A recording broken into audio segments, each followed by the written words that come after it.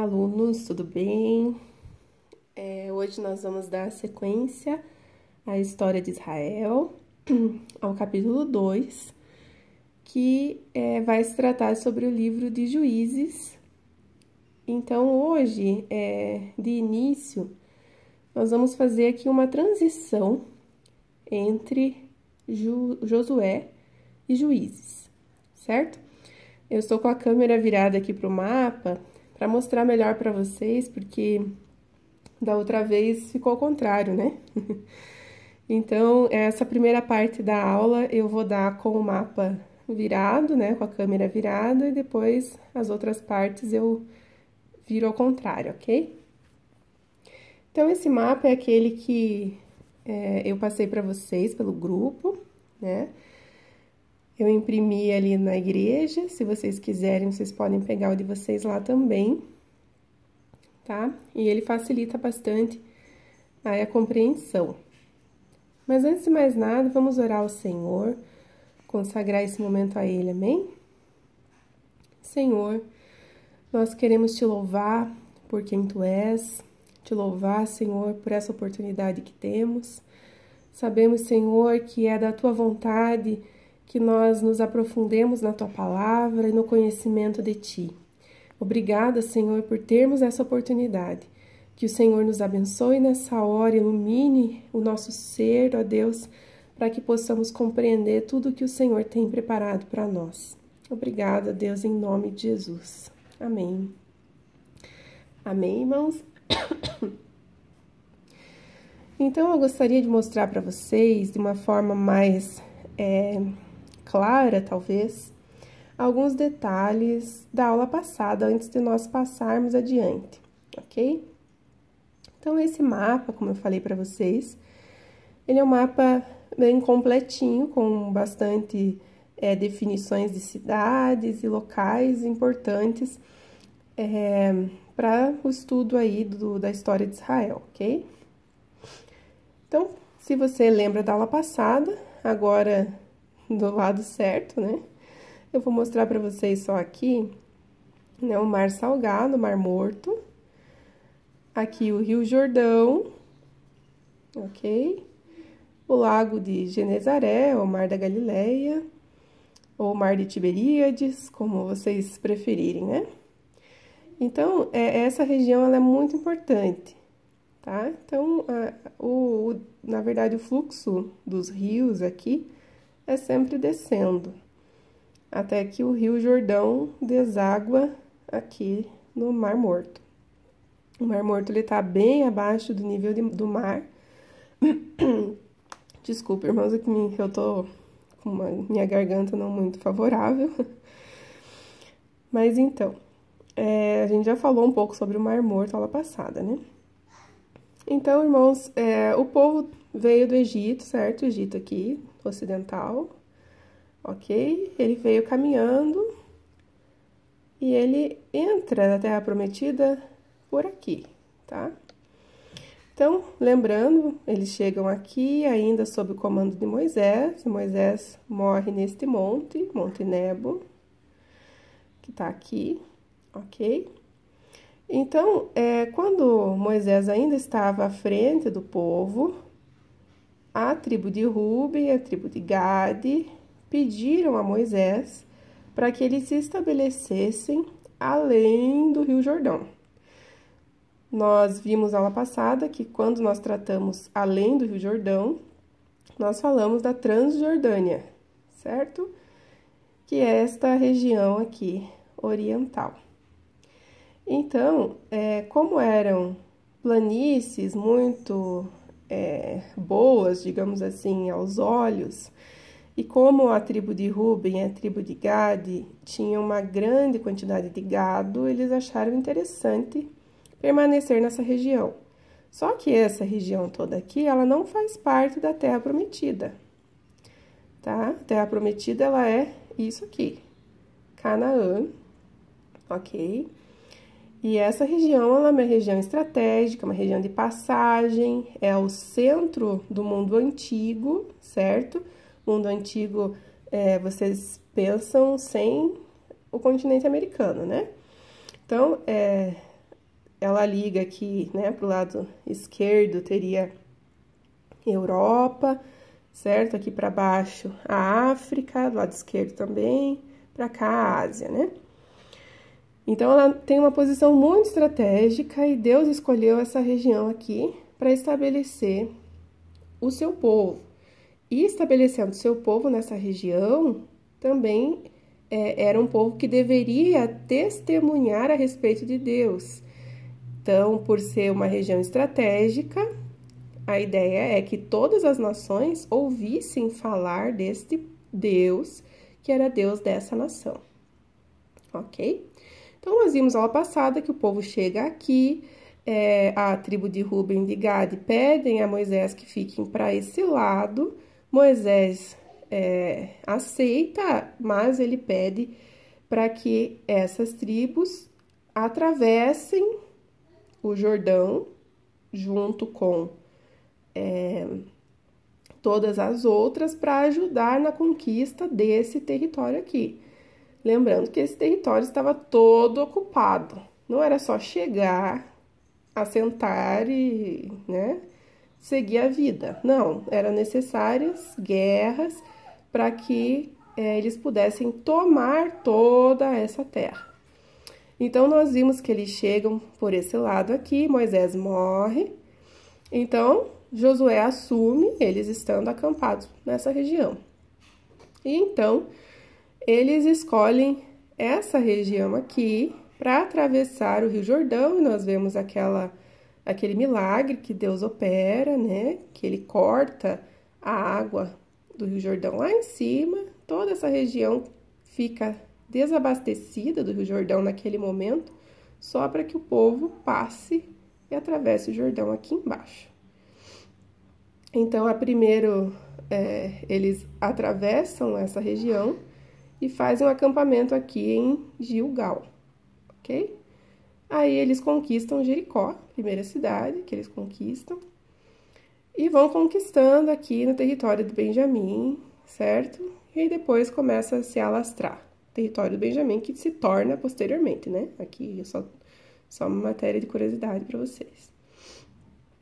Bom, então, eu queria mostrar melhor para vocês, né? Essa conformação do mapa. Então, nós ficamos com 2 tribos, Ruben e Gade, e meia tribo, então 2 tribos e meia, no lado Transjordânia, e as demais tribos do lado de Canaã mesmo, na Terra Prometida. Isso é ideal? Não é ideal, né? A ideia inicial é que todas as 12 tribos ficassem na Terra Prometida. O que isso ocasionou, essas 2 tribos e meia? Facilidade de serem atacadas por impérios aqui orientais, né? Que vinham lá do norte e tal.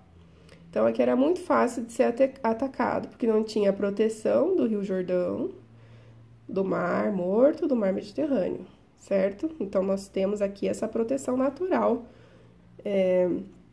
Para se entrar no território, teria que ultrapassar tudo isso. Mas eles não. Então, eles estão suscetíveis a outros povos, até mesmo em relação a outras religiões pagãs. Então, eles são os primeiros aí a pisarem na bola com Deus e abandonarem a religião, né, judaica ali, o temor a Deus, né? O que mais que eu queria mostrar para vocês no mapa são as cidades refúgio, que aqui eu tá mostrando que as bolinhas maiores, né?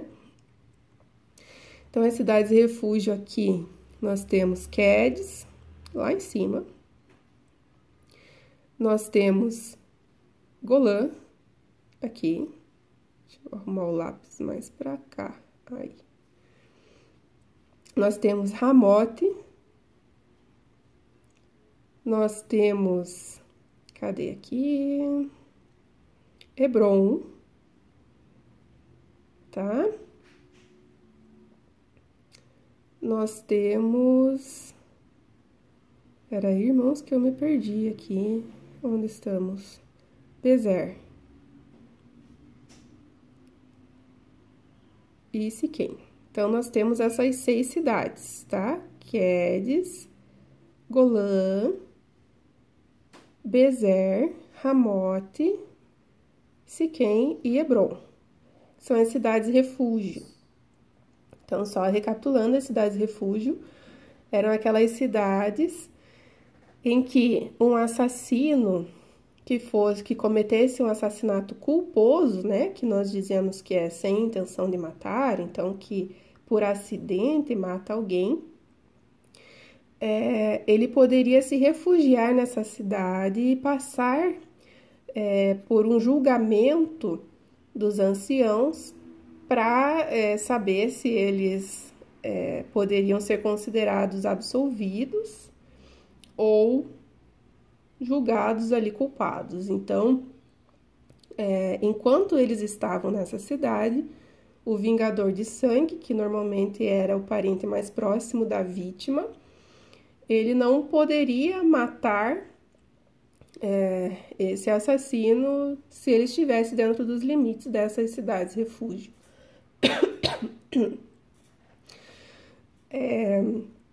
Sabemos que, na lei, se alguém matasse outra pessoa, essa pessoa deveria ser morta, né? Então, a questão das cidades-refúgio... Desculpa, irmãos, tá tensa. As cidades-refúgio, elas eram um tipo de Cristo. Então, aqui é muito importante a gente saber disso. Por quê? Porque o fato delas existirem e elas promoverem esse refúgio dentro dos seus limites, isso mostra, assim, da mesma forma como em Cristo nós estamos a salvo da ira de Deus, certo?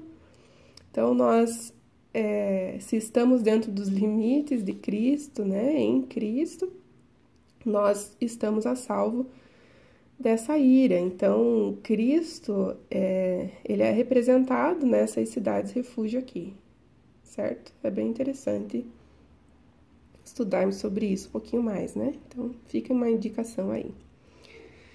E aí temos as demais cidades, as principais, certo? Que mais pra frente nós vamos estudar. Eu quero ver com vocês, ler alguns trechos, ok? Bíblicos, dessa transição que eu falei para vocês, de Josué para Juízes, que são bem importantes, tá? Então, eu vou mostrar para vocês já, em relação... Já que estamos com a câmera virada, eu vou mostrar a minha Bíblia para vocês, para ficar mais fácil. Que eu fiz ali uns grifos, né? Para mostrar alguns detalhes. Nós sabemos que quando Deus orienta, lá atrás para Moisés, né? Como deveria ser essa conquista das terras, ficou claro que eles deveriam matar todo mundo, espantar, expulsar todo mundo, certo? Não deveria haver misericórdia, vamos dizer assim, nenhum tipo de contato, porque eram pessoas totalmente depravadas. E como nós vimos, a questão dessa conquista, ela é parte do juízo de Deus para essas nações pagãs. Então, Israel iria, como um todo, ser instrumento do juízo de Deus ali naquele momento. Mas nós vemos que, a hora que tinha que matar todo mundo, muitas tribos resolveram não matar. Então, eu vou mostrar para vocês algumas, tá? Então, Juízes 1, versículo... Deixa eu ver se fica muito ruim aqui. Versículo 19. Então, veja... esteve o Senhor com Judá, e este despovoou as montanhas, porém não expulsou os moradores do vale, porquanto tinham carros de ferro. O que isso quer dizer aqui? Que o fato deles terem carros de ferro, que seria um certo poder militar, fez com que a tribo de Judá ficasse com medo de realmente guerrear totalmente contra eles. Então, Eles conquistaram as montanhas, mas os moradores do vale eles deixaram quieto, com medo deles, porque eles eram aparentemente poderosos na questão militar. Mas nós sabemos que isso, né, é falta de fé, porque, bem de verdade, nós vimos que Deus, como Ele promete que Ele daria esta terra, né, ao povo, e isso já é lá de Abraão, né, cumprimento da promessa, que essa promessa era incondicional, que Deus ia cumprir de qualquer forma.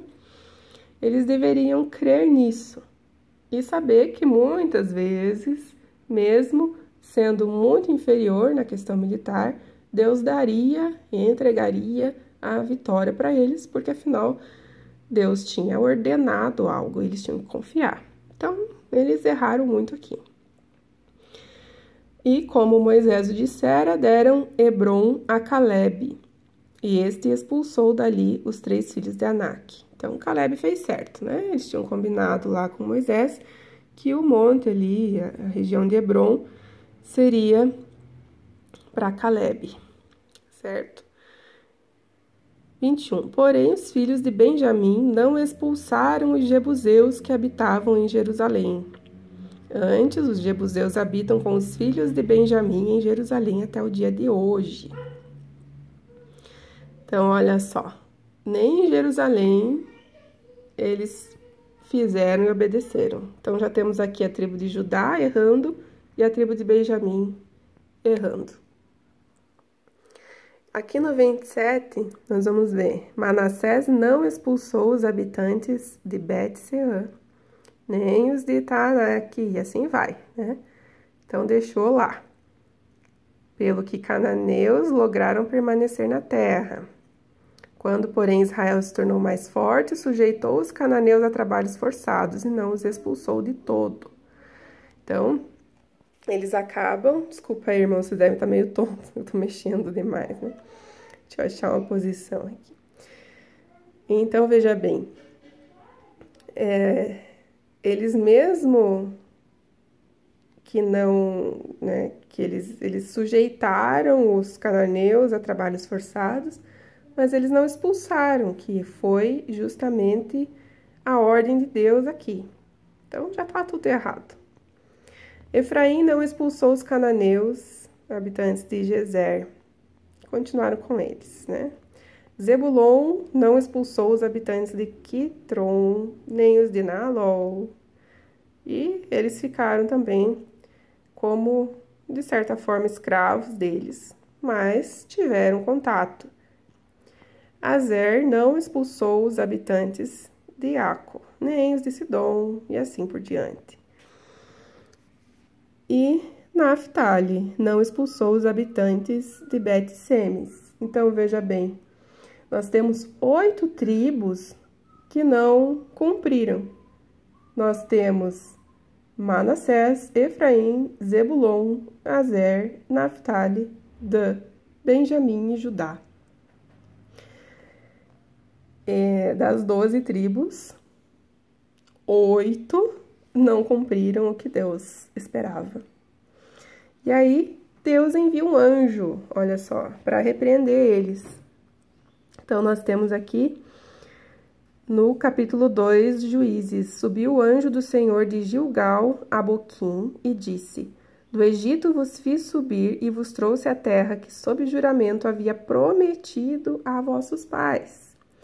Eu disse, nunca invalidarei a minha aliança convosco, certo? Então, ali nós vemos essa parte incondicional da promessa. Claro que tinha algumas implicações, mas a questão é que Deus se compromete a cumprir. Vós, porém, não fareis aliança com os moradores desta terra, antes derribareis os seus altares, contudo não obedecestes a minha voz. Então, estava muito bem claro, Deus deu a terra. Era a aliança que ele tinha feito Só que eles não cumpriram nada, né? Não obedeceram. Que é isso que fizeste?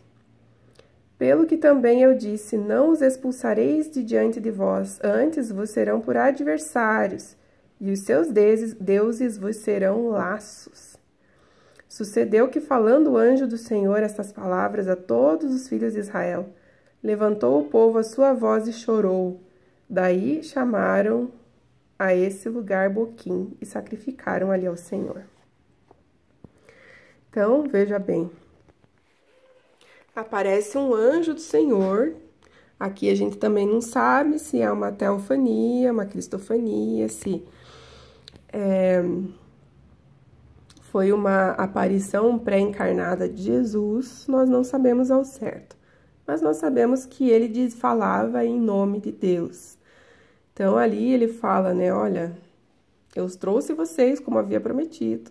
Eu vou entregar a terra como havia prometido. Mas eu disse para vocês não fazerem alianças com esses povos. Mas eles fizeram. Então, ali ele diz, então, ó, eu, Deus, né, eu não vou expulsar eles de diante de vós, mas serão por adversários, e os seus deuses vos serão laços. Então, aqui é muito sério, né? Então, veja bem, o fato de Deus dizer, então, já que vocês não fizeram a parte de vocês, eu vou permitir que eles continuem aí, né, como adversários, eu não vou fazer nada, não vou aniquilar esses povos. Mas saibam que essas serão as consequências da desobediência de vocês, né? Os deuses deles vos serão laços, então vai ser uma espécie justamente de castigo de Deus nesse sentido, ele permitir, né? E aí tem a morte de Josué. Ali no 7, serviu o povo ao Senhor todos os dias de Josué e todos os dias dos anciãos que ainda sobreviveram por muito tempo depois. Só vou virar a página aqui. De Josué, e que viram todas as grandes obras feitas pelo Senhor a Israel.